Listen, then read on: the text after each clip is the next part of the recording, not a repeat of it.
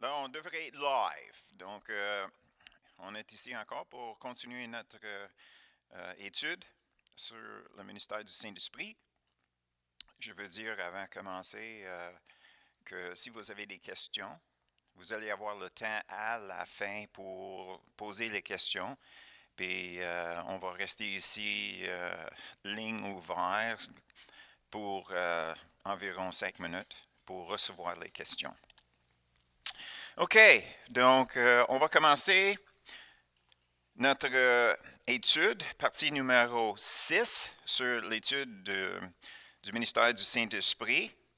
Et puis aujourd'hui, c'est la communion du Saint-Esprit. Donc, on peut voir ici sur le tableau, j'ai déjà écrit les Écritures qu'on va regarder aujourd'hui. Comme ça sera plus facile pour vous autres à suivre. Et naturellement, moi aussi, je cherche les Écritures dans ma Bible que vous allez avoir le même temps pour aller les trouver pendant qu'on change d'écriture. En haut, numéro 6, la communion.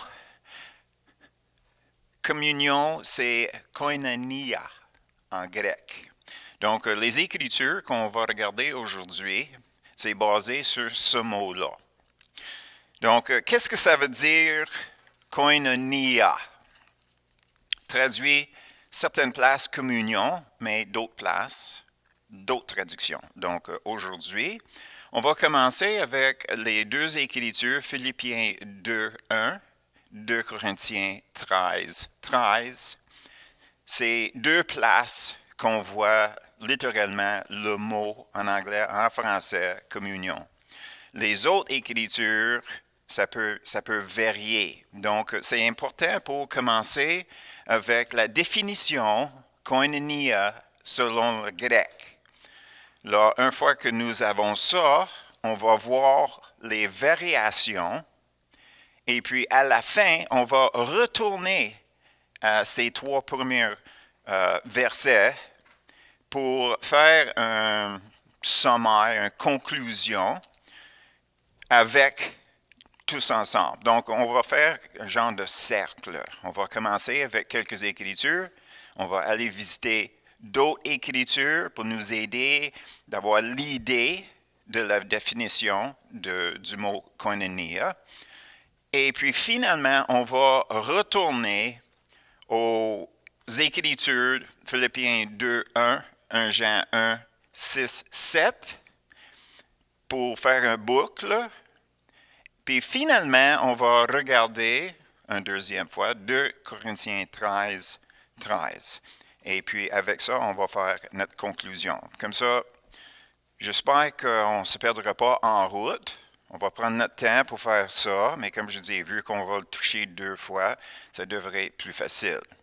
Tu vas comprendre un peu plus quand que je commence à vous donner la définition de koinonia. Ça, c'est les mots. Communion, koinonia, en grec, veut dire participation conjointe, en commun, partenariat, association, partage, une relation entre les individus autour d'un intérêt en commun et une active participation mutuelle dans cet intérêt et eux-mêmes. Est-ce que c'est pas assez simple? Non, pas vraiment. Donc, déjà, je suis sûr que vous comprenez que c'est nécessaire d'aller voir les Écritures où ce que les traducteurs, ils ont choisi un autre mot pour dire semblable au mot communion, parce que tous ces mots-là que je viens de dire, c'est des mots qui vont avec communion dans le grec. OK. Donc, comme je dis, vous allez voir plus en allant. OK, on va commencer avec Philippiens 2, 1. Philippiens 2, 1.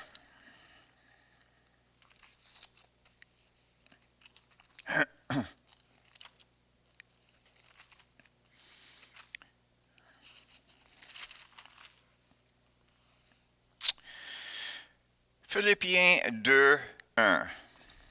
Si donc il y a quelque consolation en Christ, s'il y a quelque soulagement dans l'amour, s'il y a quelque communion d'esprit, s'il y a quelque compassion et quelque miséricorde. On peut continuer, juste pour continuer l'idée.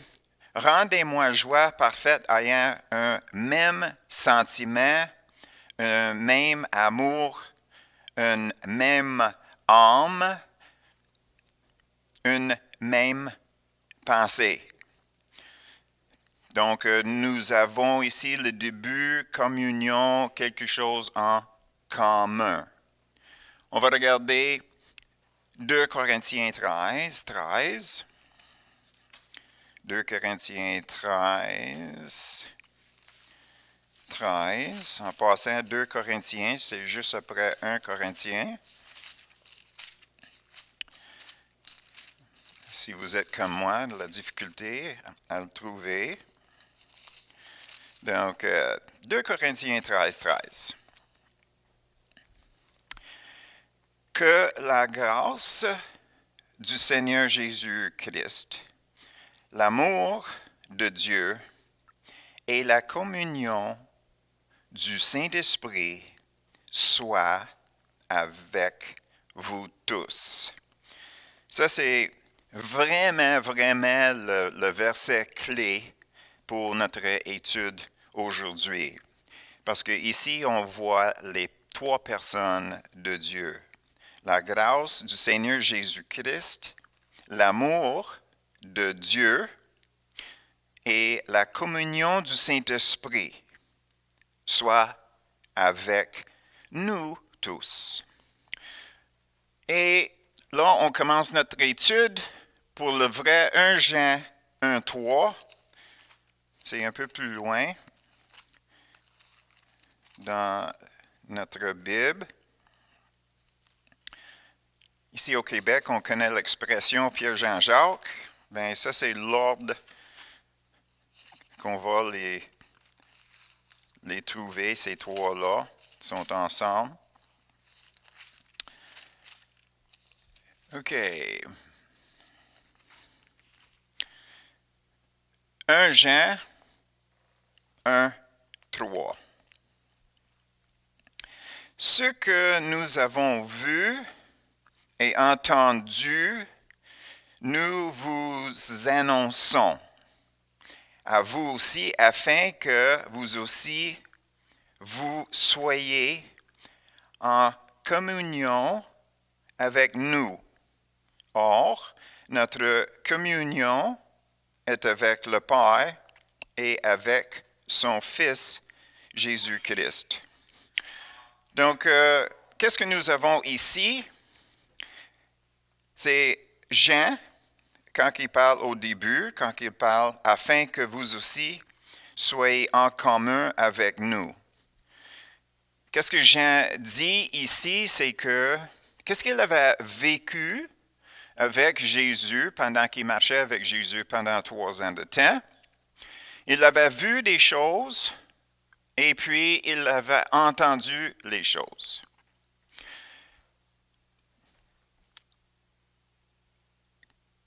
À l'époque, il avait un certain groupe qui disait que Jésus n'était pas physiquement réel, il était comme une apparition. Donc, la raison pourquoi Jean dit qu'il l'avait touché. Il y en avait des autres qui disaient que Jésus était vraiment le fils de Joseph et Marie. Il vivait comme un homme jusqu'au temps qu'il était baptisé. Et là, quand que le colombe est descendu sur lui, ça c'était le Christ qui entrait dans l'homme Jésus. Et quand il était sur la croix, le Christ, comme la colombe, est parti de lui. Et c'est Jésus, l'homme, qui a vécu la mort sur la croix. Donc, Jean était face à ça, comme ça, il voulait qu'on soit vraiment, vraiment certain que Jésus était divin dès sa naissance jusqu'à sa mort, qu'il n'y aurait pas de confusion par rapport à ces choses-là.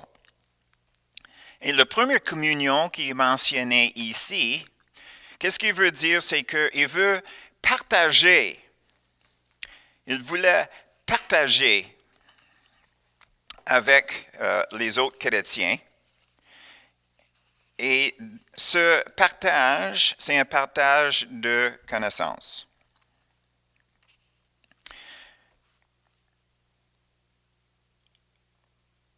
Et la deuxième place que c'est mentionné dans ce verset-là, communion,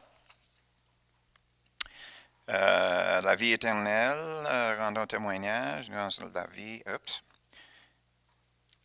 que vous aussi vous soyez en communion avec nous. Or, notre communion est avec le Père et avec son Fils, Jésus-Christ. La partie ici que Jean veut qu'on comprenne, c'est qu'est-ce que nous avons en commun, c'est que Jésus était le Fils de Dieu et que nous aussi sommes les fils et filles de Dieu. Vous vous souvenez quand on a fait l'adoption du Saint-Esprit? Puis on avait mentionné comment que le Saint-Esprit était l'agent qui nous a pris légalement pour nous présenter, pour nous mettre dans la famille de Dieu. Mais je pense que les chrétiens aujourd'hui ne comprennent pas vraiment cet aspect-là de fils. Quand que quelqu'un est adopté, comme j'avais déjà mentionné, ils reçoivent tous les privilèges, mais ils reçoivent aussi toutes les responsabilités et toutes les bénédictions comme membres de la famille. Et qu'est-ce que ça veut dire? C'est que Dieu nous aime autant que Jésus lui-même. Dieu nous aime. Dieu t'aime comme au même niveau, avec le même amour que Jésus, son Fils. Si on peut vraiment, vraiment garder ça en tête, j'espère que ça va rentrer dans notre cœur, puis on ne continue pas d'essayer de le plaire qu'il puisse nous aimer. Souvent, dépendamment de la famille dans laquelle on était élevé, il fallait qu'on gagne l'appréciation de notre Père, ou bien il fallait que par un certain niveau de performance, on serait plus aimé par nos parents. Peut-être il y avait même dans ta famille une compétition entre frères ou sœurs pour l'attention de nos parents. Mais naturellement, ces choses-là vont affecter notre relation avec Dieu si on ne comprend pas réellement qu'une personne qui est adoptée rentre dans la famille à exactement le même niveau que la personne qui est de la famille par le sang. Donc, ça c'est la première chose que Jean veut qu'on comprenne. Nous avons en commun avec Jésus le fait que nous sommes enfant comme Jésus était enfant. Et naturellement, en même temps, la deuxième partie, où ce que c'est écrit, et avec son Fils, Jésus-Christ, c'est de réaliser que on peut voir Jésus comme notre frère. Peut-être c'est un peu difficile parce qu'on a tendance, Jésus est là, puis nous autres, on est ici. Mais dans une famille, bien, naturellement, il y en a ceux qui sont meilleurs dans certaines choses, donc ils sont plus reconnus peut-être dans la famille pour des talents athlétiques, à l'école, quoi que ce soit. Puis encore, des fois, on essaie de faire quelque chose pour attirer l'attention de nos parents, pour essayer de se lever au niveau de cet enfant-là. Mais ça, ce n'est pas le cas avec Dieu. Ce n'est pas le cas avec Jésus non plus, parce que, comme les Écritures nous disent, il était le premier parmi plusieurs frères et sœurs. Donc, ce n'est pas premier niveau, c'est premier en disant c'était le premier pour arriver dans la famille de Dieu, ceux qui étaient nés dans la chair. OK, on va toucher ça un peu plus vers la fin aussi. OK, après ça, nous avons 1 Jean 1, 6 et 7. 1 Jean 1, 6 et 7. OK. 6.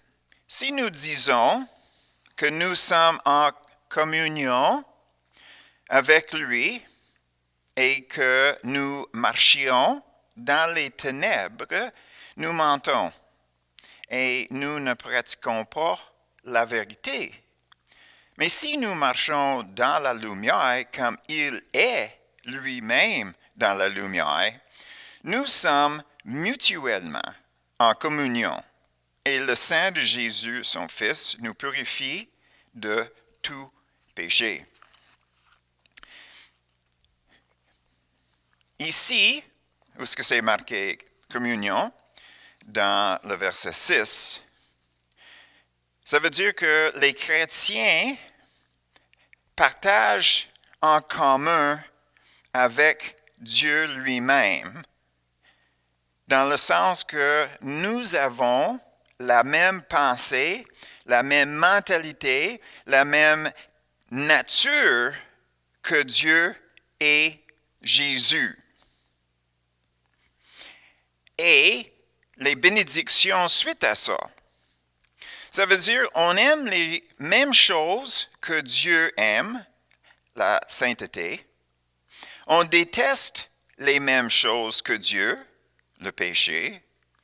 Ça cause impossible à vivre dans les ténèbres de péché. Là, je pense qu'ici, on voit un peu plus notre définition naturelle de communion, dans le sens que c'est toujours une participation conjointe qui est dans notre définition de communion en grec. Puis cette participation, c'est une participation dans notre être, d'être comme Dieu lui-même, d'avoir les mêmes intérêts, de voir les choses de la même façon. Et si ce n'est pas là, il y a quelque chose qui ne marche pas. Parce que si on préfère les ténèbres, si on préfère le péché, bien, il fallait qu'on pose des questions sérieusement.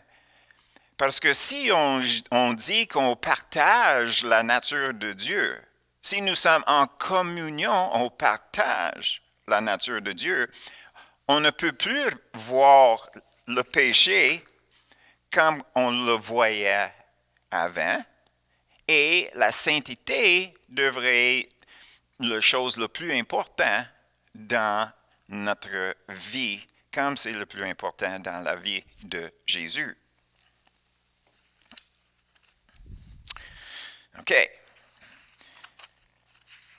Maintenant, on peut avancer envers Philippiens.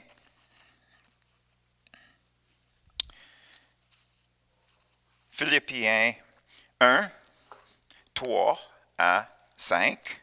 On va reculer encore. Juste avant Colossiens. OK. Philippiens 1, 3 à 5.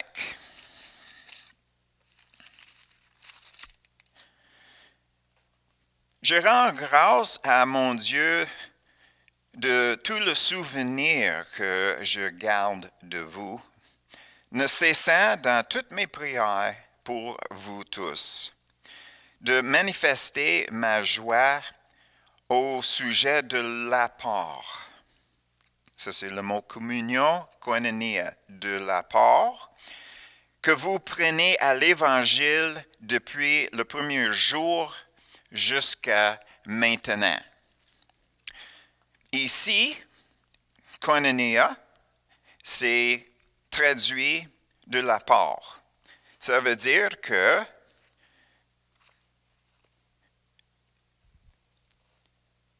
nous prenons l'apport dans la propagation de l'Évangile. Qu'est-ce que nous avons ici? C'est que Paul est en train de dire que nous sommes en partenariat avec lui quand que lui, il annonce l'Évangile partout.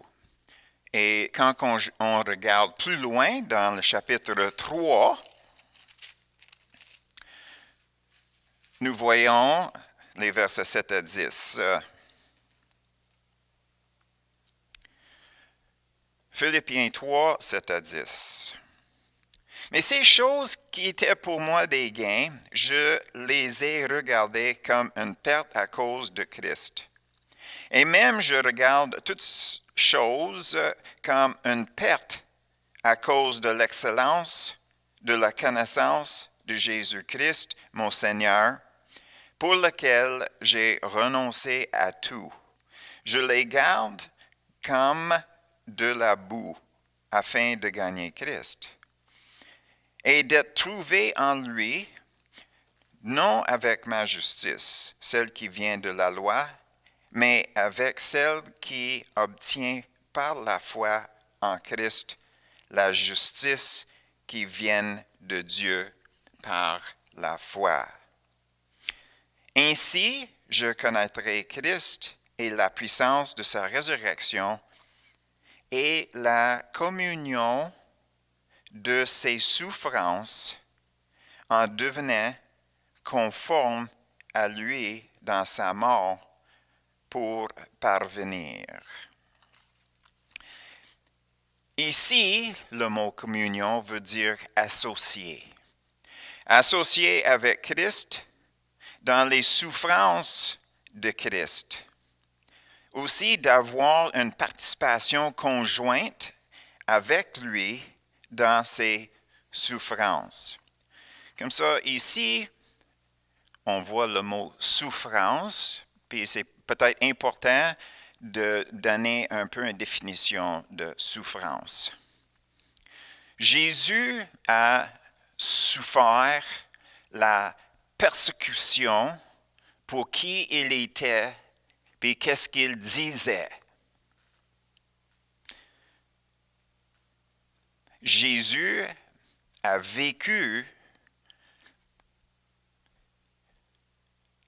les souffrances à cause de qui il était et qu'est-ce qu'il disait.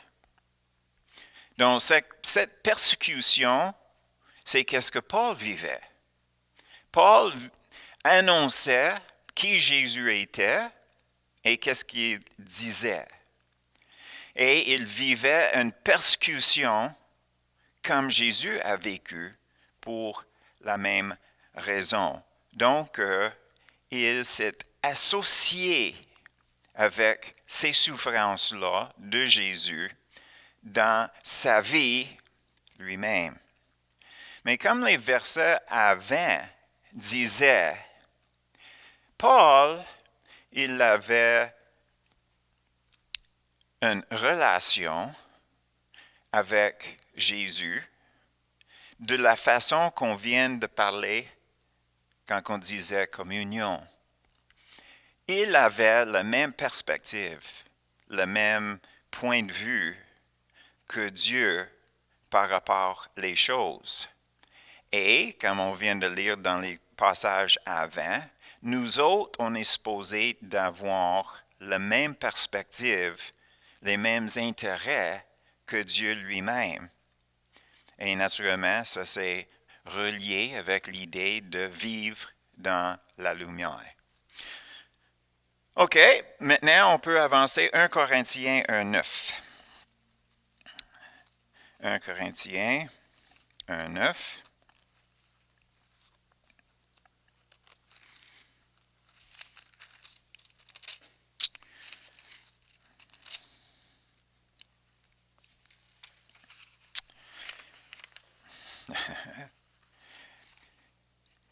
« 1 Corinthiens 1:9. Dieu est fidèle, lui qui vous a appelé à la communion de son Fils Jésus-Christ, notre Seigneur. »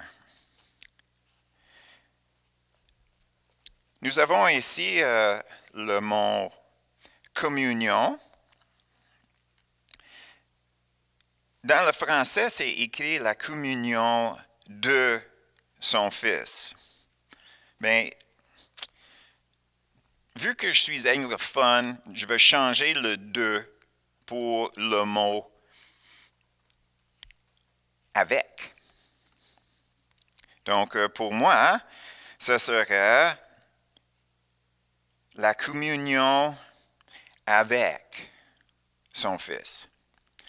Une relation avec. Pour moi, une relation de ne marche pas. Avec. Encore, ça veut dire que les chrétiens y ont en commun Jésus-Christ lui-même. Nous sommes des chrétiens. Le mot chrétien, qu'est-ce que ça veut dire? Ça veut dire que c'est Jésus-Christ qui était le fondateur de notre gang, de notre groupe. Et aussi, naturellement, le gang est nommé après lui. Et il est le Fils de Dieu. Notre participation conjointe, c'est ça la traduction du mot communion, notre participation conjointe avec lui, c'est comme lui, encore nous sommes les enfants de Dieu. On va le lire encore. Dieu est fidèle, lui qui vous a appelé à la... Maintenant, on va prendre la communion de Jésus-Christ. On va l'appeler... Comment on peut dire ça? On veut mettre tout ça ensemble. Communion de son Fils. La communion de son Fils avec Dieu, c'est le fait qu'il est le Fils.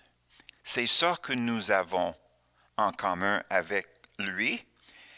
Et, naturellement, avec ça vient des responsabilités, des bénédictions, des privilèges, mais aussi des responsabilités. Et ça, c'est la partie qu'on doit partager avec Jésus, c'est le fait que, vu que nous sommes membres de la famille de Dieu, nous avons ces mêmes privilèges et aussi les mêmes responsabilités comme enfants de Dieu. On va avancer 2 Corinthiens 8, 4. 2 Corinthiens 8, 4.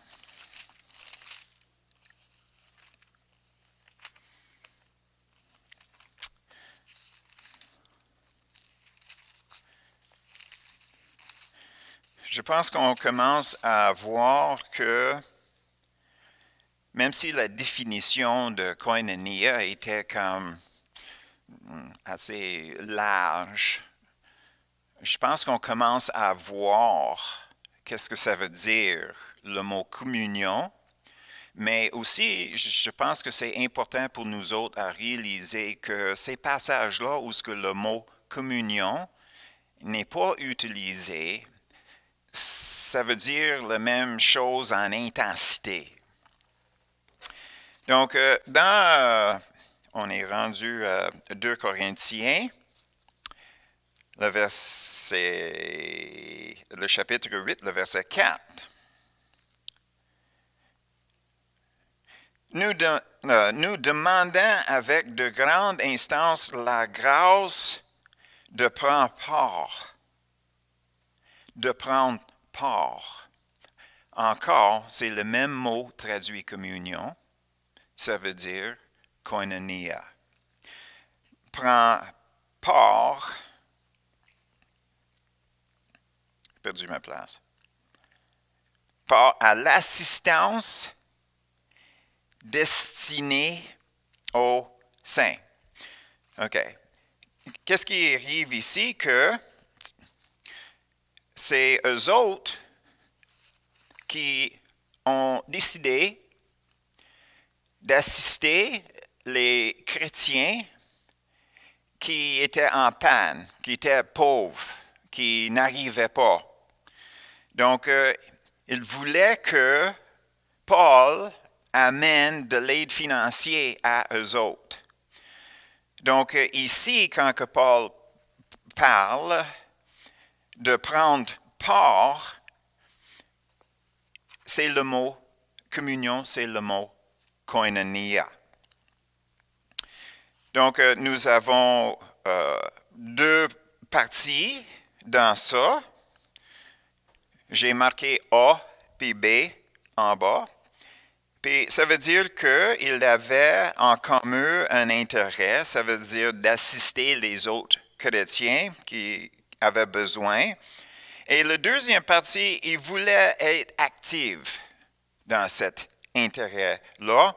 Donc, c'était eux autres qui donnaient, puis c'est Paul qui distribuait. Comme ça, on voit ici qu'il avait une certaine confiance avec Paul, que Paul n'était pas pour partir avec leur argent pour bâtir son château. Que Paul, en arrivant, il était pour confirmer et vérifier le niveau d'assistance qu'il avait besoin par personne, si on veut, ou bien il était pour déléguer à certaines personnes comment aider ceux qui avaient besoin de plus d'aide avec plus d'aide et ceux qui avaient besoin d'un peu moins d'aide, que eux autres recevraient un peu moins, que tout le monde peut arriver quand même. Donc, on voit ici un intérêt commun, mais aussi l'aspect d'être actif dans ça. OK, suite à ça, Galates 2, 9.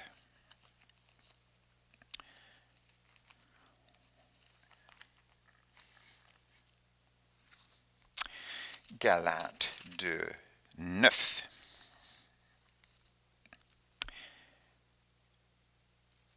Et ayant reconnu la grâce qui m'avait été accordée, Jacques, Céphas et Jean, qui sont regardés comme des colonnes, me donnent à moi et à Barnabas la main d'association, afin que nous allions, nous vers les païens et eux vers les circoncis. Ici, on voit que c'est la main d'association. C'est notre mot, communion. Mais c'est koinonia, la main d'association. Encore, il y a 2 parties.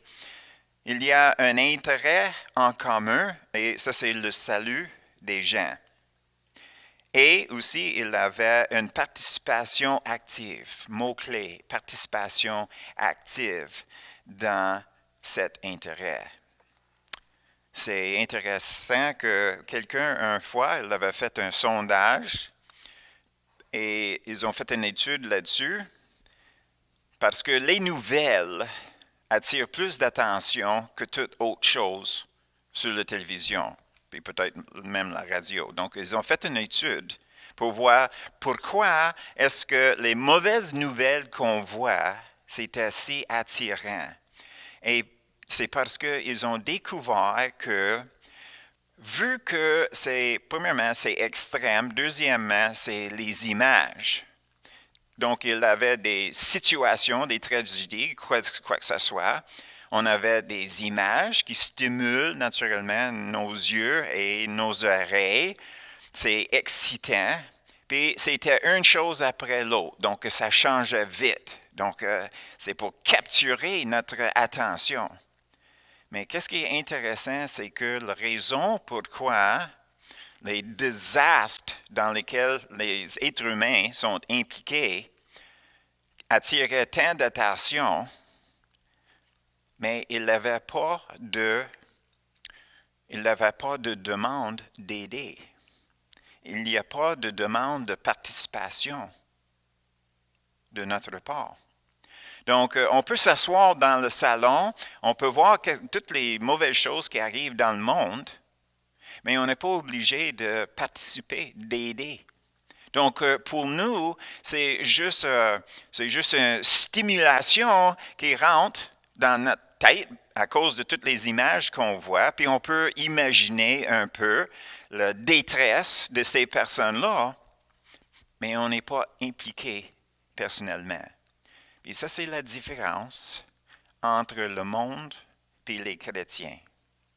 Un chrétien ne peut pas être en relation avec Dieu, d'être en communion avec Dieu sans être impliqué dans les choses que Dieu dirige dans leur vie. Donc, c'est ça la raison pourquoi je dis souvent le mot active. C'est dans le grec, ça ne vient pas de moi, mais c'est l'aspect que c'est participation. Il y a une action qui va toujours avec ça. Là, on va avancer à 1 Corinthiens 10, 16. 1 Corinthiens 10, 16. Ça, c'est un verset qu'on connaît quand même assez bien. La coupe de bénédiction que nous bénissons n'est-elle pas la communion au sein de Christ? Le pain que nous rompons n'est-il pas la communion au corps de Christ? OK. Finalement, communion, comme nous autres, on le voit. Notre définition. OK. Est-ce que c'est notre définition? Oui, c'est notre définition. Ici, communion, il y a deux parties encore. Ici, il y a l'objet de célébration qui est derrière Jésus et l'association. L'association parmi les célébrants qui sont séparés de tout autre groupe. Comme ça, ici, nous avons deux parties. Notre communion, c'est qu'est-ce que nous avons en commun, c'est notre association ensemble avec notre attention visée sur la même chose. Donc, puis naturellement, c'est Jésus et son sang. Donc, ici, le mot communion, on peut respirer un peu parce que nous avons une idée qu'est-ce que ça veut dire ici. On continue. 2 Corinthiens 6, 14, qui est semblable à 1 Jean 1, 6. 2 Corinthiens 6, 14. 6, 14, 6, 14. Ne vous mettez pas avec les infidèles sous un joug étranger. Car quel rapport y a-t-il entre la justice et l'iniquité? Ou qu'y a-t-il de commun entre la lumière et les ténèbres? Ici, on voit le mot en commun. De commun entre la lumière et les ténèbres. Donc, encore ici, nous avons cet aspect-là que nous avons vu dans 1 Jean 1:6. OK, je vais redonner la définition de koinonia. Participation conjointe, en commun, un partenariat, une association. Quelque chose partagé. Une relation entre les individus, les chrétiens, autour d'un intérêt, Jésus, en commun, et une active participation mutuelle dans cet intérêt et au même. Qu'est-ce que nous avons? Bien,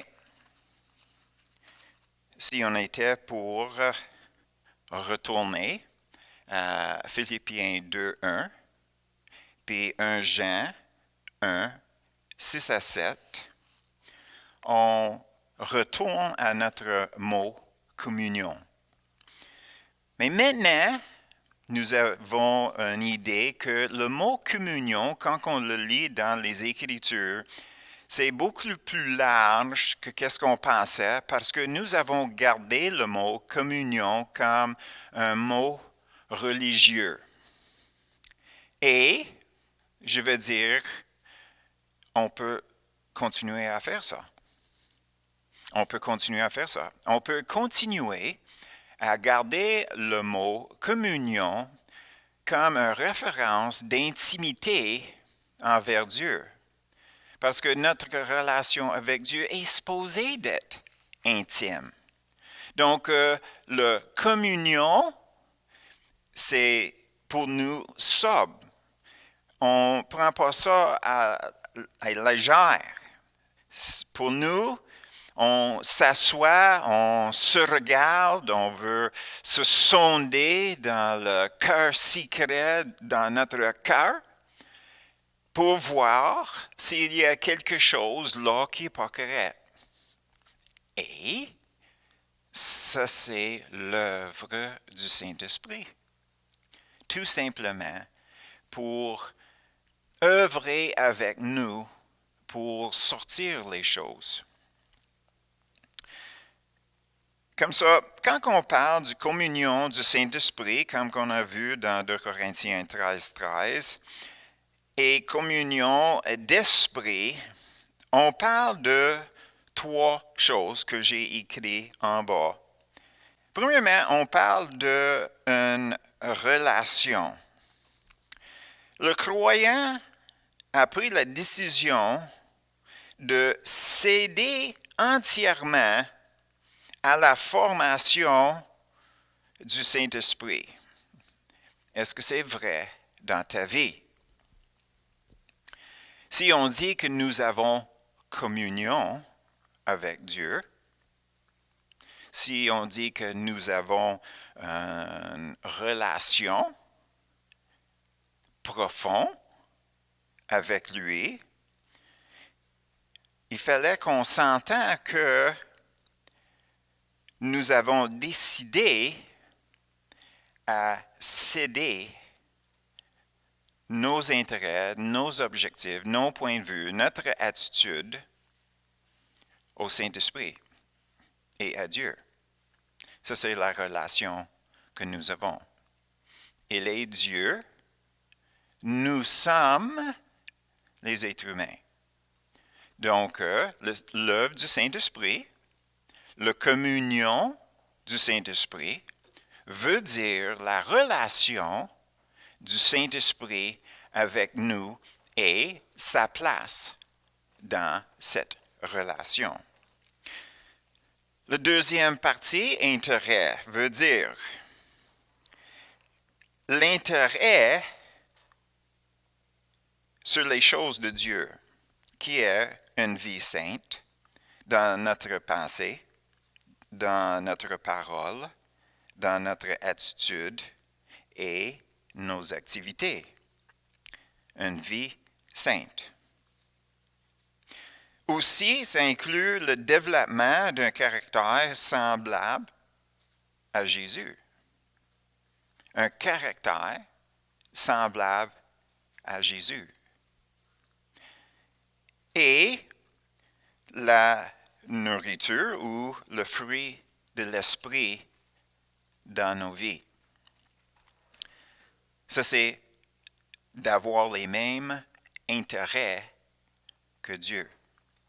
Puis le Saint-Esprit, dans notre relation avec nous, dans notre communion avec lui, puis sa communion avec nous, c'est visé sur ces intérêts-là.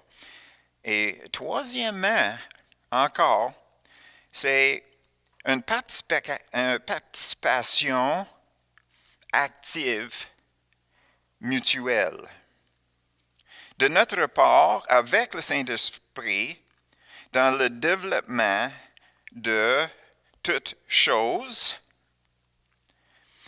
le salut des gens avec lui. Parce que Dieu est intéressé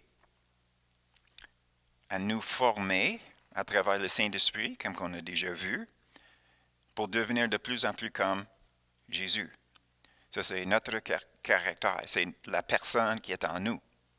Mais aussi, un intérêt principal dans la vie de Dieu, c'est le salut des gens, pour les sauver, qu'ils ne vivent pas la colère de Dieu, mais il est dépendant sur une participation conjointe avec nous pour accomplir ses buts par rapport à ça. Donc, qu'est-ce qu'on va faire? C'est qu'on va prendre le mot communion, puis je vais le séparer en deux mots. Je vais prendre la première partie, commun, C-O-M-M-U-N, plus union, U-N-I-O-N. Commun et union. Ça veut dire que nous avons une union avec le Saint-Esprit, avec les mêmes intérêts en commun que lui. J'ai perdu mes notes.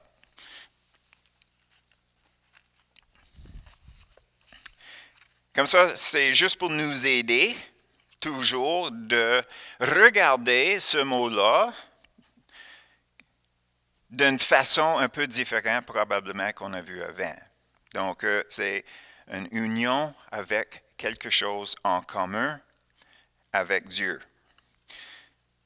Unis avec le Saint-Esprit entièrement dans les choses communes, pas juste au Saint-Esprit, pas juste à nous, mais communes avec le Père, le Fils et le Saint-Esprit. Pour notre étude, ça c'est complet, mais j'aimerais rajouter deux choses additionnelles. J'avais commencé cette pensée-là un peu avant, puis nous, quand nous, dans la culture dans laquelle nous sommes élevés, il y a beaucoup d'emphase sur l'éducation ou information, mais pour les Juifs, pour les chrétiens surtout, il n'y a pas d'information ou éducation sans l'action. Ça n'existe pas dans le royaume de Dieu. L'instruction d'un chrétien exige une action de sa part. On ne peut pas avoir une connaissance des Écritures illimitée sans avoir de l'action. Ça ne compte pas avec Dieu. D'être capable, comme quand on était à l'école, on apprenait quelque chose, puis à un moment donné, nous avons un examen. Puis qu'est-ce qu'on est supposé de faire? C'est de donner la réponse que le professeur veut entendre. Si on le croit, si on ne le croit pas. C'est comme ça que ça marche. Il fallait que je leur donne qu'est-ce qu'il nous a donné. Il ne pose pas trop de questions. Mais avec Dieu, ça ne fonctionne pas. Ça, c'est pour ça, c'est parfois difficile pour nous autres à grandir en Dieu. C'est parce que le Saint-Esprit, il arrive, puis c'est ça qu'on va regarder un peu plus la semaine prochaine, notre 7e partie qui s'appelle la sanctification progressive, ou bien un autre nom, ce serait la plénitude du Saint-Esprit. Donc, c'est un petit intro. Puis, qu'est-ce qui arrive, c'est que nous avons dit, vu que nous sommes des chrétiens, on ne l'avait pas dit peut-être haute voix, mais si on avait une bonne compréhension, on était supposé de donner nos vies à Dieu. Et tout ce qui est inclus dans ça. Ça veut dire que, indirectement, nous avons demandé de Dieu l'aide pour devenir de plus en plus comme Jésus. Mais la partie que nous avons de la difficulté, c'est l'aspect de céder, d'enlever notre main de notre vie. Nous avons peut-être l'idée que si je cède ma vie, si je donne ma vie à Dieu, je vais perdre mon individualité, je vais perdre le moi qui est en moi. Mais ça, ce n'est pas du tout le cas. Qu'est-ce qu'on vient de dire quand on a donné notre vie à Jésus, quand on avait demandé à Jésus d'entrer dans mon cœur? C'est au secours. Au secours. Là, Dieu voit notre main, puis il vient nous sauver. Puis en ce moment-là, on aurait dû réaliser que on ne faisait pas si bon job que ça dans notre vie. Donc, on devrait être capable de le lâcher. Puis Dieu ne veut pas qu'on est perdu comme la personne que nous sommes, parce que nous sommes créés d'une façon pour le livre qu'il a écrit pour chacun de nous, qui va avec la personnalité qu'il a créée en nous. Donc, on ne devrait pas avoir peur de se soumettre entièrement à la direction du Saint-Esprit. Mais c'est là où on peut avoir le petit hic.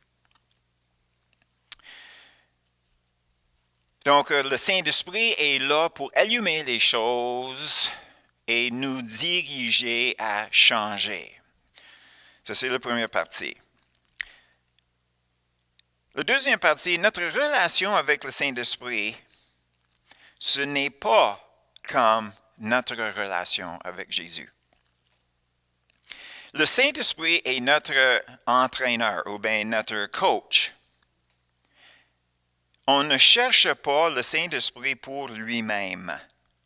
Son rôle est pour glorifier Jésus.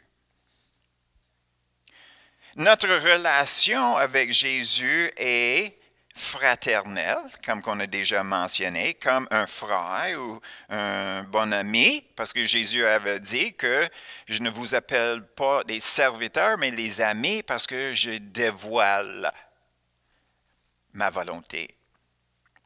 Donc Jésus, même lui-même, nous appelle ses amis. Mais cet aspect-là ne prend pas précédence sur Jésus comme sauveur. Autrement dit, il était notre sauveur. On est devenus amis, mais l'autre partie, c'est le fait qu'il est toujours Seigneur. C'est lui qui bosse. C'est lui qui est maître. Donc, si on regarde notre relation avec Jésus et avec le Saint-Esprit, c'est de réaliser que Jésus est notre Sauveur. C'était son rôle, si on veut. C'était son rôle. Le part qu'il avait dans notre salut, c'était l'aspect de prendre notre place, que les prix pour nos péchés soient payés. Donc, il est sauveur. Mais, comme on a vu, le moment qu'on est sauvé, là, le Saint-Esprit arrive puis il nous dépose dans la famille de Dieu, dans le corps de Christ, dans l'Église.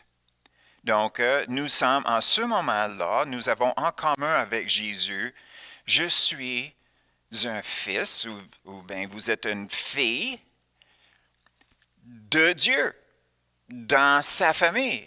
Même si on est adopté, toutes les mêmes privilèges et toutes les mêmes responsabilités que Jésus il avait. Mais troisièmement, quand Jésus posait les questions, qui dit les hommes que je suis? Puis ils ont répondu une chose, puis finalement, ils ont dit que tu m'appelles Seigneur. Et c'est vrai. Donc, on ne peut jamais oublier que c'est Jésus qui est le boss. C'est lui qui dirige. Et le Saint-Esprit, comme notre entraîneur ou notre coach, va pointer toujours sur la personne de Jésus, qui il était et qu'est-ce qu'il avait fait. Puis le Saint-Esprit va nous aider. C'est lui qui va nous aider à arriver là. Donc, la semaine prochaine, quand on continue dans la plénitude du Saint-Esprit, on va voir comment que nous sommes impliqués avec lui pour arriver aux mêmes objectifs que Dieu. Donc, c'est notre étude pour aujourd'hui. J'espère que j'ai pu vous encourager de voir le mot communion de la façon grecque, mais aussi de garder l'aspect de sainteté. Notre relation avec Dieu doit rester toujours saint. Et j'espère qu'on peut regarder, ou bien continuer à regarder notre relation avec Dieu dans cette même voie-là. Donc, pour aujourd'hui, on est terminé notre étude et on va rester ici un autre 5 minutes à peu près. Si vous avez des questions, jusqu'à date, il n'y a pas de questions qui ont rentré. Donc, je vais demander à David de me donner une suggestion quoi faire pendant 5 minutes. Oh, OK. On va arrêter la session, c'est ça qu'il m'a dit. Puis en passant, j'aimerais tout simplement remercier David, notre technicien, pour être là. Sans lui, on ne sera pas là. Donc, il est vraiment venu à notre secours. Grâce à Dieu. Amen. Et puis, ça a l'air, il est bien content d'être là. Et aussi, j'aimerais remercier Claude et Dominique pour leur participation dans notre enregistrement avec le gouvernement, qu'on puisse donner les reçus d'impôts. Et puis, c'était vraiment grâce à eux qu'on est là présentement. Je ne demande pas les dons aujourd'hui parce que je ne sais pas comment que tu peux nous les envoyer, mais peut-être dans l'avenir. Peut-être dans l'avenir. Je vais vous inviter, si vous voulez, de participer, vu qu'il n'y a personne dans notre Église qui reçoive un salaire. Tout est fait bénévole. Donc, naturellement, il arrive de temps en temps les petites dépenses et c'est là où ce qu'on pourrait aider si ça vous tente dans l'avenir. Et sinon, ça ne dérange pas pantoute. On a continué avant, on va continuer après. Donc, c'est ça. Donc, en même temps, avec l'étude qu'on vient de faire, si vous voulez avoir une participation conjointe dans nos efforts, bien là, je vous invite dans l'avenir, on va donner des nouvelles là-dessus. Donc, il n'y a pas de questions qui ont rentré. Donc, on va terminer. Hein? Ah, OK. On a reçu des merci. Donc, c'est bien. Je suis bien content. On continue vers le devant. Et puis, on va céder ça pour aujourd'hui. Et la semaine prochaine, on va terminer notre 7e partie sur notre étude. Et il faut qu'on refait les parties qui qui ne sont pas enregistrées, que au moins l'étude au complet, ce serait comme accessible. Parce que je pense que qu'est-ce qu'on fait, c'est peut-être un peu plus profond qu'on n'a jamais fait dans le passé. Donc, de le revisiter à quelques reprises, ce ne serait pas mauvais. Donc, je vous souhaite tout le monde une bonne semaine et prends un peu de temps durant la semaine à réfléchir sur votre relation avec Dieu et la profondeur que vous avez, puis la profondeur peut-être que vous voulez aller chercher. Et je suis sûr que la semaine prochaine, vous allez avoir les réponses que vous voulez. Seigneur vous bénisse.